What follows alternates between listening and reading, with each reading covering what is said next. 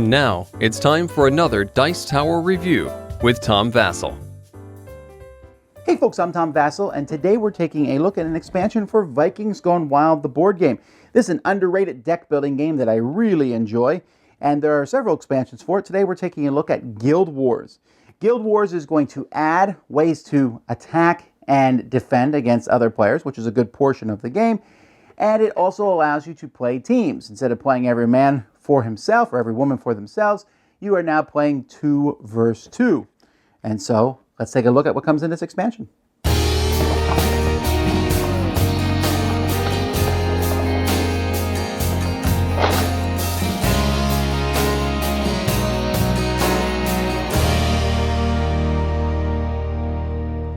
The first thing we want to talk about here is the fact that this is going to introduce new buildings and new units and things like that. And what you can do is you can replace buildings that you already have in this set. So for example, if I want to use the forge and the boost tower, which are shown here, maybe I'll take out something else. Like maybe I'll no longer have the gold containers. I'll replace them. Now you can use every building that comes in this expansion and or the other expansion. The problem is if you use them all, first of all, they won't all fit on the board, and there's just a ton laying all over the place, and it's going to cause more decisions. So the book actually comes with a setup here for what's called Fortress, and then they have one here for Total War, but they also say you can build your own. So let's talk about the new buildings. First of all, we have the Forge and the Boost Tower. Now these come with tokens for each one of them, and essentially you can put these tokens, each turn this one produces 1 defense, this one produces 1 attack. The thing is you can stick these on buildings, the defensive ones, and you can stick these on units, and it's going to last just that one time.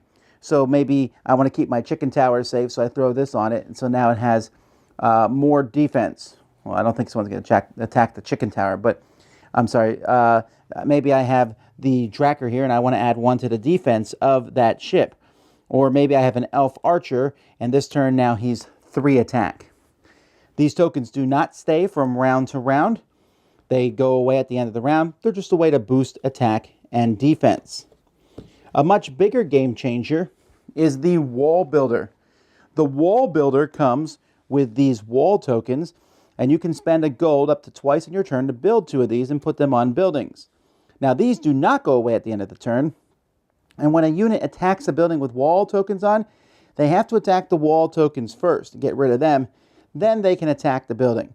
So it's a good way to build buildings or to defend your buildings by building these walls. However, there are also new units now in the game that have flying. You'll notice this one here. Flying can ignore walls and just attack the building directly. So there's a fairy. That's one of the new units. We also have wall breakers who can destroy 2 walls, 3 attack, or just take out 2 walls. Or the bear riders. This is just a new unit. You probably have seen these guys. They've been in the Odin's Path before.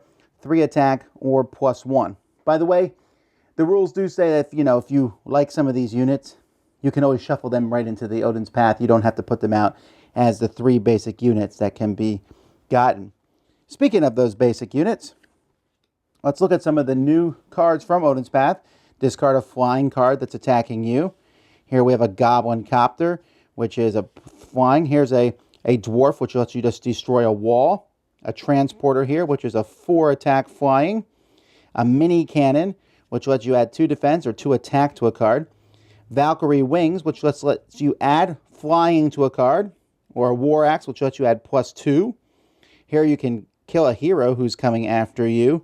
So you can see that these things are going to be adding flying basically to the deck itself. So if you're not playing with walls, you probably don't want to shuffle these in to Odin's Path. And of course, there's also more gold cards that have to do with these too. Here, I'm sorry. I should mention this. Another defensive building, +2 defense, or discard a flying unit that's attacking you. Speaking of gold cards, now buy a flying unit for 1.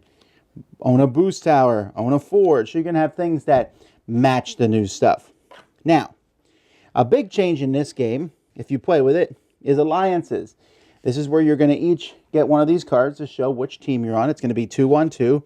The other side just basically shows some of the stuff here, how to divide favors change, and it also talks about the Guild Tower. The Guild Tower is a new building that can be built.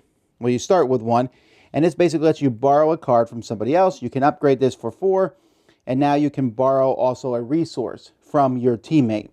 You can't attack your teammate. You're working together. You're trying to get points together. This basically just changes the game to be 2 versus 2. Also, some more gold cards. Have the most wall breakers or the most walls. There's a new hero, Ragnar, who is flying. There's some cards that are specifically for the 2 versus 2. A lot of different cards there that will give points for that. And that's pretty much what's in this expansion. Now, this is not the only expansion to come for this. There's also the It's a Kind of Magic. These can be mixed together, and you can put some stuff from one expansion and some stuff from another. So I like these expansions, and they add diversity, which is good. I enjoy that. I'll start with the negative first, though. The negative is essentially it does bog setup time down a little. Before, you just opened Vikings Gone Wild and stuck everything on the board. Now you're like, okay, what setup are we doing? We're using these buildings, these buildings, these buildings. Great. It's kind of leaning towards Dominion, I guess, in that regard. Not the end of the world. You can just say, okay, we need 3 buildings. 1, 2, 3. We'll pick these. The problem is that the Odin's Path cards, some of them might not make any sense. However, what I recommend in that regard is, who cares? Just shuffle them all together. If a flying unit comes out, you don't have to buy it if there's no walls in the game, for example. Or you can just buy it and use it for its regular attack. So what I'm saying is I don't think that that's that big of a deal, but it is going to increase setup time slightly. Other than that, though, diversity is great. I really enjoy Vikings Gone Wild. It's in my collection. I think it's a great game, but I don't mind having different buildings and different units and different defensive things to go between. So that's good to have that diversity. So this basically doubles the different things that can happen over the course of the game. Great. I also like the guild part of this, the 2 versus 2. That's kind of not a bad way to play, right? Instead of saying, oh, well, you attacked Susan, so now I can't attack Susan. No, okay, we're attacking these people. It's Susan and Sally versus Bob and Sam, and it's for the champion of the world. And it plays pretty well that way, to the point where I would play that way just as much as not play that way. I like them equally as much. So this is a fun expansion, adds more diversity, lets you play that 2 versus 2. The walls certainly are going to change the tenor of the game, because somebody might just start building up a whole bunch of walls. It's going to make them more difficult to attack. So then you might say, all right, fine, I'm going to build some flying units.